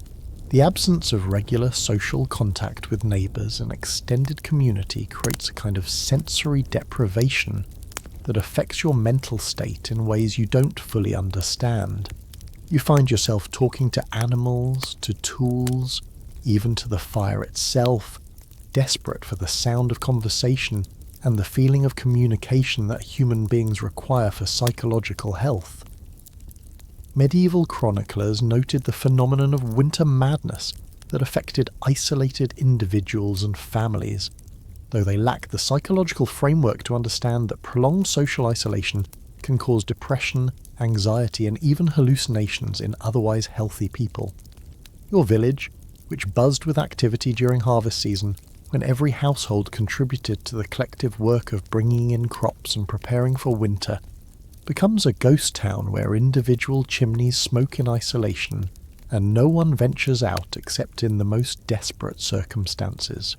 The social networks that define medieval community life, the informal visiting patterns, the shared work projects, the religious gatherings, the market day interactions, all cease to function when travel between households becomes dangerous or impossible. You know your neighbours are struggling with the same challenges you face, but the knowledge provides little comfort when actual contact and mutual support become unachievable. The psychological impact of losing seasonal festivals and community celebrations affects entire populations in ways that go far beyond mere entertainment. Medieval social life was structured around collective activities that provided emotional release, social bonding, and shared meaning during the darkest months of the year. When winter conditions make these gatherings impossible, communities lose crucial mechanisms for maintaining morale and social cohesion. You miss not just the fun of these events, but their essential function in reminding you that you're part of something larger than your individual struggle for survival. Religious observance becomes both more important and more difficult when winter isolation prevents regular attendance at church services and participation in communal worship. You attempt to maintain spiritual practices within your household, but medieval Christianity was fundamentally communal, depending on shared rituals and group experiences that provided psychological support during challenging times. The absence of regular contact with religious community leaves you spiritually as well as socially isolated, facing the darkest months without the institutional and emotional support that faith communities provided during better seasons. Historians still argue whether medieval people developed better psychological resilience for handling social isolation, or whether winter separation was a significant factor in the mental health problems that medieval sources describe but don't fully understand. Some evidence suggests that people maintained stronger family bonds and developed more effective individual coping strategies when forced to depend entirely on immediate household resources. Other data indicates that winter isolation contributed to domestic violence, mental illness, and social breakdown that affected communities long after spring travel became possible again. The loss of information flow during winter months means that your understanding of the broader world becomes frozen at whatever point autumn communication ceased. You have no way of knowing whether neighbouring communities are surviving better or worse than your own, whether political changes are affecting the region, whether economic conditions might influence your spring planting decisions. Medieval society depended on informal networks of travellers, merchants and messengers who carried news and information between settlements. But winter isolation cuts these information channels completely, leaving communities to make crucial decisions based on outdated or incomplete knowledge. Your children's education and social development suffer from prolonged isolation that prevents them from interacting with other young people and learning from adults outside their immediate family. Medieval childhood involved extensive community participation, learning crafts from various neighbours, participating in group activities, developing social skills through interaction with extended networks of relatives and family friends. When winter isolation confines children to their immediate household for months at a time, their development becomes stunted in ways that affect their ability to function effectively in medieval society once normal social patterns resume. The economic implications of social isolation extend beyond mere inconvenience to create real hardships when mutual aid and resource sharing become impossible. You know that some neighbours might have surplus supplies while you face shortages, or that someone in the community might have skills needed to repair essential equipment. But winter conditions make these potentially helpful connections unavailable when they're needed most. Medieval communities survived through elaborate networks of reciprocal assistance, but these systems broke down completely when physical separation made cooperation impossible. Your mental state begins to deteriorate in subtle ways that you attribute to other causes. Increased irritability from hunger, difficulty concentrating due to cold, mood changes caused by lack of sunlight, but that actually result from the profound human need for social connection and community interaction. Medieval people understood that isolation was dangerous, developing cultural practices and social institutions designed to prevent or minimize winter separation. But the extreme weather conditions of the Little Ice Age made these traditional solutions inadequate for maintaining the level of social contact necessary for psychological health. Do you remember that moment when you realized you hadn't heard another human voice outside your family for over a week? That silence becomes a presence of its own during medieval winter isolation, a reminder that you're cut off from the social networks that give meaning and context to individual survival. The forced solitude that winter imposes transforms from a temporary inconvenience into an existential challenge that tests not just your ability to stay alive, but your capacity to remain fully human in a world where human connections have become temporarily severed by forces beyond anyone's control. You kneel in the cold stone nave of your village church on a February morning when the inside air is so frigid that your breath forms clouds as you pray, and you can see ice crystals forming on the holy water that has partially frozen despite being indoors, searching desperately for meaning in the relentless suffering that winter has brought to your community. The medieval Christian worldview provided explanations for natural disasters and seasonal hardships that modern people might find simplistic or superstitious, but that offered genuine psychological comfort and social cohesion to people facing challenges that seemed beyond human understanding or control. Your faith teaches that harsh winters are part of God's plan, perhaps punishment for collective sins, perhaps tests of spiritual fortitude, perhaps reminders of human dependence on divine providence. The theological framework that medieval Christianity provided for understanding seasonal suffering drew heavily on biblical narratives of testing and purification that gave cosmic significance to the daily struggle for winter survival. You interpret your community's hardships through stories like Job's trials, the Israelites wandering in the wilderness, or Christ's 40 days of fasting in the desert, accounts that suggested suffering could serve divine purposes even when its immediate effects seemed purely destructive. Medieval preachers developed elaborate sermons connecting winter's challenges to spiritual growth, arguing that physical deprivation could lead to greater appreciation for God's gifts and stronger faith in divine protection. Your village priest, struggling with the same cold, hunger and isolation that affects everyone in the community, attempts to maintain religious observances that provide structure and hope during the darkest months. The liturgical calendar becomes even more important when natural seasonal markers are disrupted by extreme weather. The feast days and holy seasons that mark progression through winter offer psychological anchoring points when the actual weather seems determined to make winter last forever. You find comfort in rituals that connect your local suffering to universal Christian experiences, reminding you that believers throughout history have faced similar challenges and found spiritual meaning in their trials. The practice of medieval Christianity during extreme winter conditions reveals both the strength and limitations of religious faith as a coping mechanism for environmental stress. You participate in special prayers for relief from harsh weather, processions asking for divine intervention to restore normal seasonal patterns, and communal acts of penance designed to address whatever sins might have brought God's displeasure upon your community.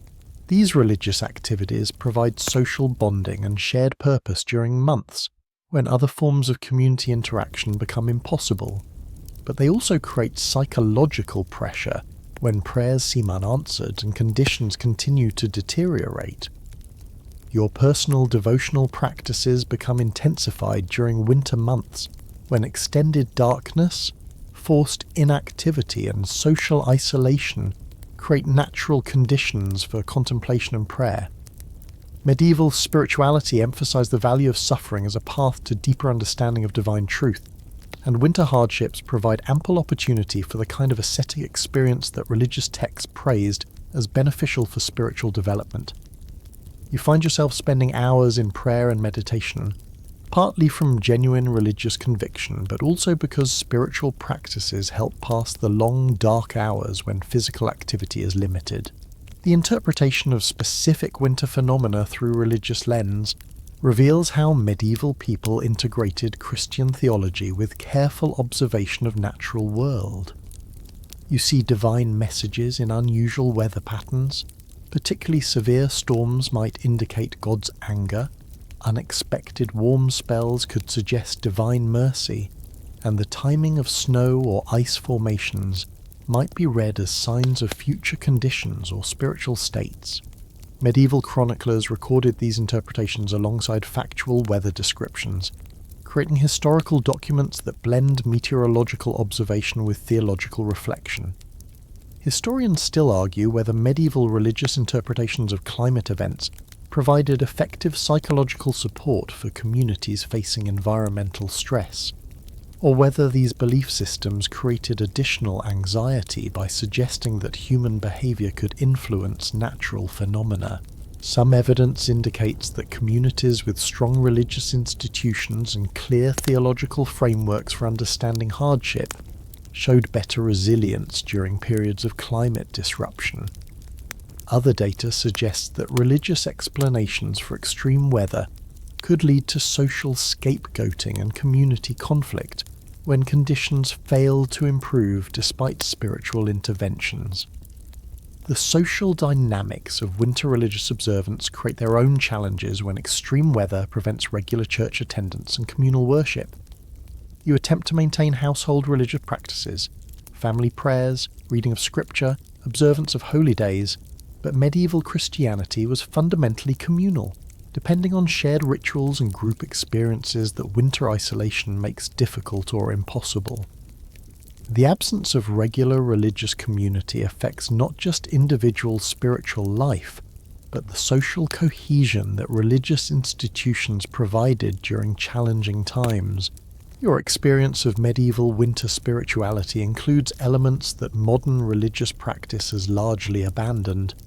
The integration of seasonal hardship into theological understanding, the acceptance of environmental suffering as potentially meaningful rather than merely unfortunate, and the community-based religious responses to natural disasters that medieval Christianity developed over centuries of experience with climate challenges.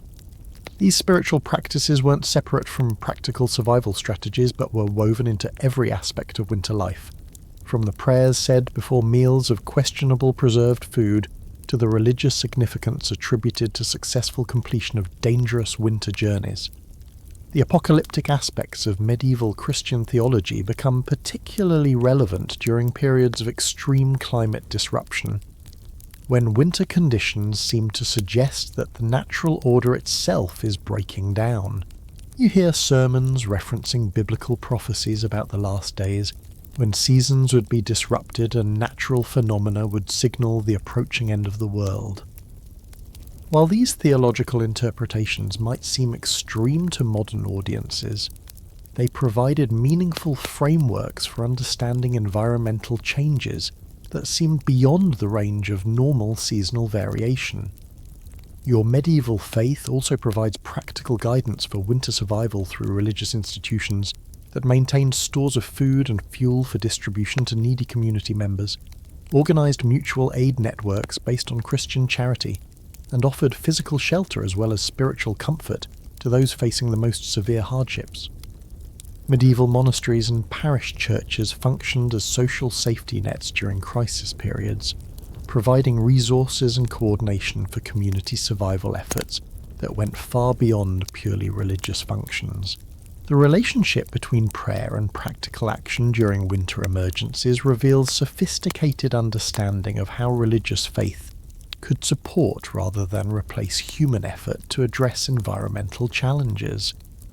You pray for better weather, while also taking concrete steps to conserve fuel and food, participate in religious processions asking for divine intervention, while also organising community responses to immediate survival needs. Medieval Christianity taught that faith and works were complementary rather than contradictory approaches to dealing with worldly challenges. Do you remember that moment of kneeling in the frozen church, searching for divine meaning in the endless cold that seemed determined to test your community beyond its capacity to endure? That spiritual struggle becomes central to the medieval winter experience. Not just the physical challenge of survival, but the psychological and theological work of maintaining faith in divine providence when the natural world seems hostile to human flourishing, and when traditional religious explanations for seasonal patterns no longer match the reality of climate disruption that challenges both practical survival and spiritual understanding. You stand in what was once your village's thriving marketplace, now nearly empty except for a few desperate vendors selling goods at prices that would have seemed impossible just months earlier, and you witness firsthand how extended winter conditions transform economic relationships that took generations to establish into desperate competitions for increasingly scarce resources. The carefully balanced medieval economy, built around agricultural surpluses, seasonal labour patterns, and predictable trade cycles, collapses under the weight of climate disruption that makes traditional economic assumptions meaningless. Grain that should cost a few pence per bushel now commands prices that represent weeks of wages, if it can be found at all, while other essential goods disappear entirely from local markets as transportation networks fail and production systems shut down. Your experience with medieval winter economics reveals how quickly social hierarchies can shift when the fundamental resources that support them become unavailable or unaffordable. Wealthy landowners who seem secure in their prosperity find their rents unpaid by tenant farmers who have no crops to sell, their stored wealth becoming worthless when there's simply nothing left to purchase with it. You watch as traditional relationships between lords and peasants, masters and apprentices, merchants and customers break down under the pressure of scarcity that makes normal economic arrangements impossible to maintain. Medieval society's complex web of mutual obligations and reciprocal benefits unravels when the agricultural foundation that supports the entire system fails to function. The collapse of regional trade networks during extended winter periods creates local shortages that would be easily resolved under normal conditions, but become life-threatening when transportation and communication systems shut down. You know that neighbouring regions might have adequate food supplies or essential goods, but the frozen rivers, impassable roads, and dangerous weather conditions make trade impossible precisely when it's needed most. Medieval commerce depended on seasonal patterns of movement and exchange that connected local production with broader markets, but extreme winter weather disrupts these patterns in ways that leave communities completely isolated from potential sources of relief. Your household's economic planning, based on centuries of accumulated wisdom about seasonal income and expenditure patterns, becomes completely inadequate when winter costs skyrocket and normal revenue sources disappear. The fuel that should last through winter is consumed by January, forcing you to purchase additional supplies at premium prices that drain resources intended for other necessities.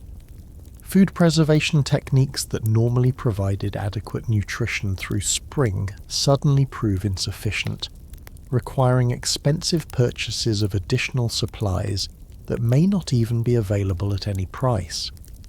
Medieval families developed sophisticated strategies for managing seasonal economic cycles, but these systems were designed for predictable conditions rather than the extreme disruptions of Little Ice Age weather. The role of medieval guilds and professional associations becomes both more critical and more strained during periods of economic crisis caused by climate disruption. Craft guilds that normally regulated production, maintained quality standards, and provided mutual support for their members find themselves overwhelmed by the scale of winter hardship affecting entire communities.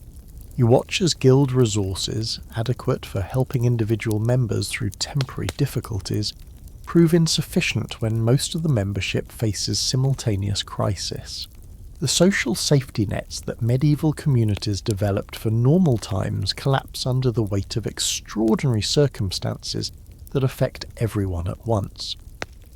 Your relationship with money and credit changes fundamentally when the economic assumptions underlying medieval financial systems no longer apply to real conditions.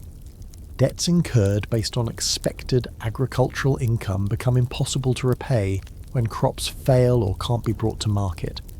Credit extended based on historical patterns of trade and production becomes worthless when the economic activities that were supposed to generate repayment simply cease to function.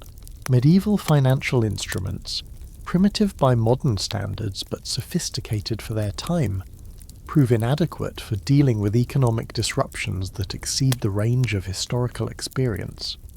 Historians still argue whether medieval economic systems were inherently vulnerable to climate disruption, or whether these systems actually provided better resilience than modern economies might show under similar stress. Some evidence suggests that the local subsistence-oriented nature of medieval economics provided natural buffers against broader economic collapse, since communities that produced most of their own necessities could survive even when trade networks failed. Other data indicates that the interconnected nature of medieval society made communities extremely vulnerable to cascading economic effects when climate change disrupted agricultural production and trade relationships simultaneously. The taxation and feudal obligation systems that form the backbone of medieval political economy become impossible to maintain when the agricultural production they depended on fails to materialize.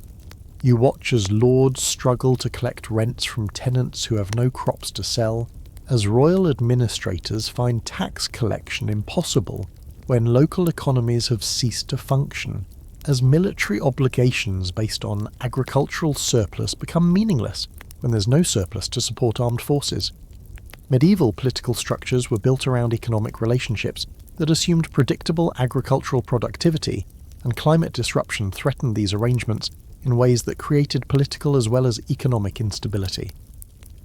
Your experience with black market and informal economic activities reveals how quickly legal and social restrictions on commerce break down when normal supply systems fail to meet basic survival needs. Trade that would normally be regulated by guilds, taxed by authorities, and conducted through established channels becomes desperate barter and underground exchange as people prioritize immediate survival over legal compliance. Medieval communities developed elaborate rules and customs governing economic behavior, but extreme winter conditions create situations where these normal regulations become obstacles to survival rather than helpful structures for organizing commerce. The psychological impact of economic collapse during climate emergencies affects not just individual households, but entire communities' sense of social stability and future planning. You live with constant anxiety about whether you'll be able to afford basic necessities, whether traditional economic relationships will survive the current crisis, whether the skills and resources that normally provide economic security will have any value when conditions improve.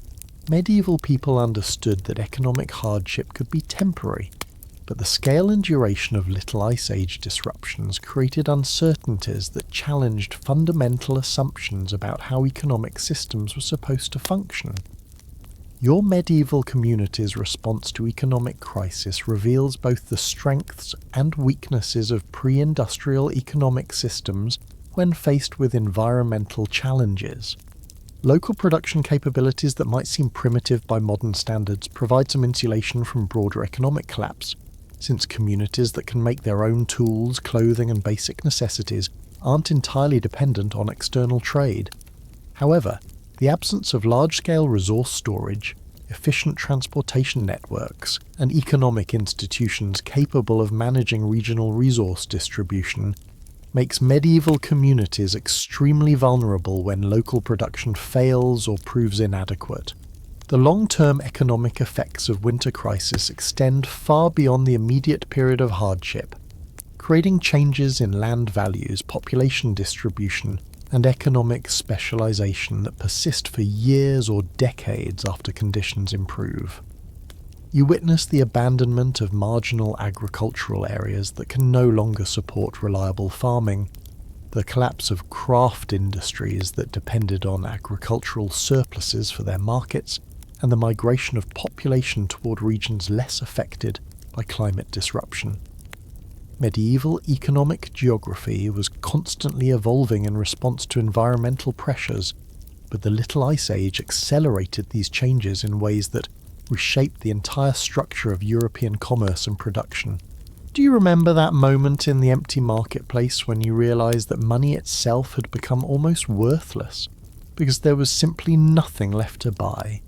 That recognition becomes central to understanding how medieval winter economics worked, not just as a matter of supply and demand, but as a fundamental challenge to the social and political structures that depended on economic predictability and agricultural abundance to maintain their legitimacy and effectiveness in organising community life. You step outside your medieval dwelling on a morning in early March and notice something you haven't experienced in months. The sound of water dripping from your roof as ice begins to melt in the strengthening sunlight. And for the first time since autumn, the air carries a subtle warmth that doesn't immediately bite through your layers of wool and fur. The change is almost imperceptible at first, more a feeling than a measurable difference, but after surviving the brutal months of the Little Ice Age winter, your body has become so sensitized to temperature variations that you can detect the slightest shift toward warming. This isn't yet spring in any recognizable sense. Snow still covers the ground, rivers remain frozen, and winter's grip on the landscape appears as firm as ever. But something fundamental has changed in the quality of cold that surrounds you, and you dare to hope that the worst of winter's assault might finally be coming to an end. The subtle signs of climate recovery that you observe require months or even years to recognize as genuine trends, rather than temporary fluctuations in the harsh weather patterns that have dominated your life for so long. You notice that the periods of extreme cold become slightly shorter and less severe, that storms seem to have lost some of their ferocity, that the sun, when it appears through winter clouds, feels marginally stronger against your face. Medieval people, lacking scientific instruments to measure these changes precisely, developed extraordinary sensitivity to environmental variations that affected their survival, becoming human barometers capable of detecting shifts in atmospheric pressure, wind patterns, and solar radiation intensity that might escape casual observation.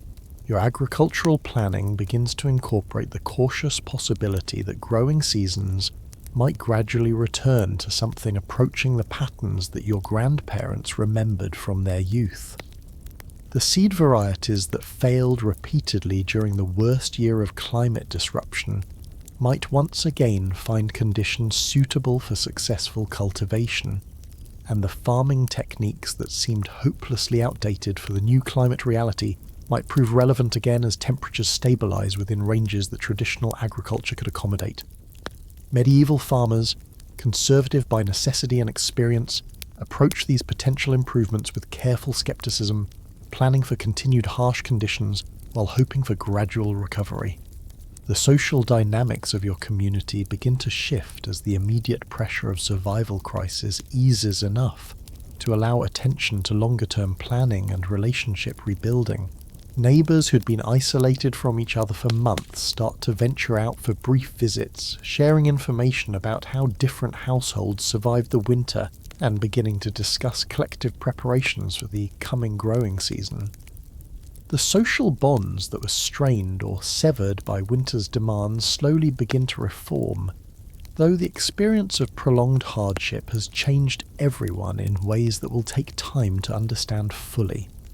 Your economic expectations start to include the possibility that trade relationships and market activities might gradually resume as transportation networks become more reliable and production systems recover from winter's disruption.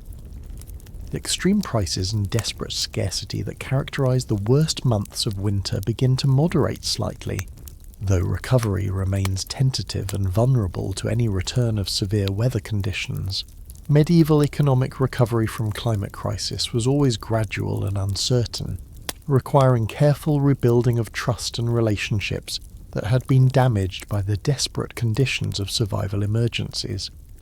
The psychological impact of recognizing climate recovery signs affects your mental state in ways that are both hopeful and anxiety-provoking.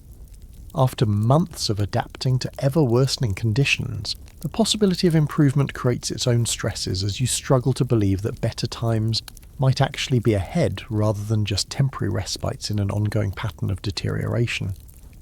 Medieval people who survived extended periods of climate crisis often showed symptoms that modern psychology would recognize as trauma responses: hypervigilance about weather conditions, anxiety about future hardships, and difficulty trusting that improved conditions would persist. Historians still argue whether the Little Ice Age ended gradually over decades, or whether specific years or periods marked clear transitions to warmer conditions that could be recognized by contemporary observers. Some evidence suggests that climate recovery was so slow and uneven that people living through it couldn't distinguish genuine long-term improvement from normal year-to-year weather variations. Other data indicates that certain winters or growing seasons were clearly recognized as marking significant departures from the extreme conditions that had characterized the worst periods of climate disruption. Your religious interpretation of improving conditions reflects the complex theological challenges of understanding environmental change through medieval Christian frameworks that emphasize divine providence and moral causation. If harsh winters had been interpreted as divine punishment or spiritual testing, what did improving conditions signify about your community's spiritual state or God's intentions? Medieval religious authorities developed elaborate explanations for climate recovery that maintained theological consistency while acknowledging observable improvements in natural conditions. The technological and social innovations that your community developed during the crisis period proved to have lasting value even as conditions improve, creating permanent changes in how medieval society approaches environmental challenges. Improved food preservation techniques, better heating methods, more effective clothing designs, and enhanced community cooperation strategies that were developed out of desperate necessity continue to provide benefits when they're no longer strictly required for survival. Climate crisis often drives innovation that persists long after the immediate emergency has passed. Your awareness of environmental vulnerability remains heightened even as conditions improve, creating a permanent shift in how you and your community approach seasonal planning and resource management.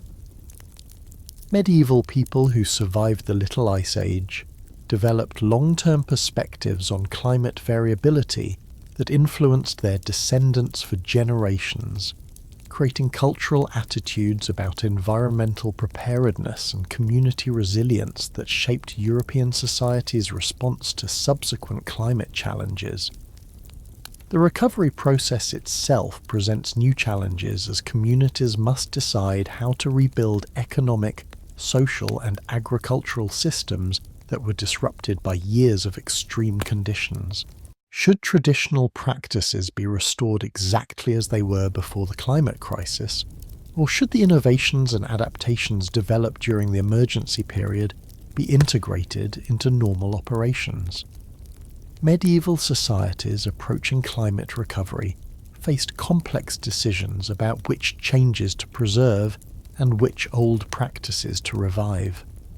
As you stand in the gradually warming air of early spring, listening to the first tentative sounds of melting snow and feeling the subtle but unmistakable change in the season's rhythm, you realize that you're witnessing not just the end of a particularly harsh winter, but the slow conclusion of a climate period that reshaped European civilization in ways that will influence history for centuries to come. The Little Ice Age is gradually releasing its grip on your world, but the experience of surviving it has changed you, your community, and your entire society in fundamental ways that will persist long after the last snow has melted and the first green shoots of spring push through the warming soil. The wind that blows across your face now carries promises instead of threats, bringing with it the scent of distant places where winter has already begun its retreat, where rivers are starting to flow freely again, where the earth is stirring with the first subtle signs of another agricultural cycle beginning. You close your eyes and feel the sun's rays penetrating your layers of winter clothing with an intensity that speaks of longer days ahead, warmer nights to come, and the gradual return of a world where survival doesn't require every ounce of human ingenuity and endurance just to see another dawn. As you settle into the quiet comfort of your modern home, far removed from those medieval struggles, let your breathing slow and deepen with the knowledge that the hardships you've witnessed are now part of history's distant memory. The central heating that surrounds you with gentle warmth, the electric lights that banish darkness at the touch of a switch, the abundant food in your kitchen that needs no preservation against uncertain seasons. These are gifts that separate your world from that harsh medieval winter by centuries of human progress and ingenuity. Feel your body relaxing into the soft comfort of modern bedding, your muscles releasing the tension of imagined cold and hunger as you remember that you are safe, warm, and secure. The ice that once blocked medieval rivers has long since melted. The crude heating systems have been replaced by efficient warmth. The isolation and uncertainty have given way to connection and abundance. Let the struggles of that distant time fade like morning mist, leaving only the quiet satisfaction of understanding how far human civilization has travelled from these dark, cold months when winter was not just a season, but a test of survival itself. The medieval world grows dim and distant now, its hardships transformed into mere shadows that cannot touch you in this moment of warmth and peace. Sleep comes easily when you know that dawn will bring reliable light, that warmth is always available at the simple adjustment of a thermostat, that food and comfort and safety are not privileges to be earned through desperate struggle but simple realities of your modern life. Rest now in the certainty that those medieval winters, with all their darkness and difficulty, have given way forever to easier times and gentler seasons that require nothing more of you than peaceful dreams and quiet slumber.